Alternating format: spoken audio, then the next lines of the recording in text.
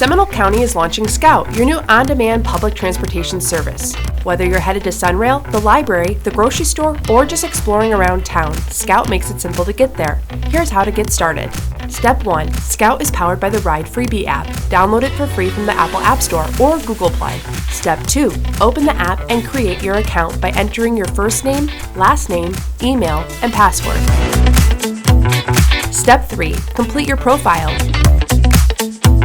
Step 4. Tap the menu in the top right corner to view your account, ride history, or add a payment method using Apple Pay or a credit or debit card. You may also verify your profile for optional student or senior discounts.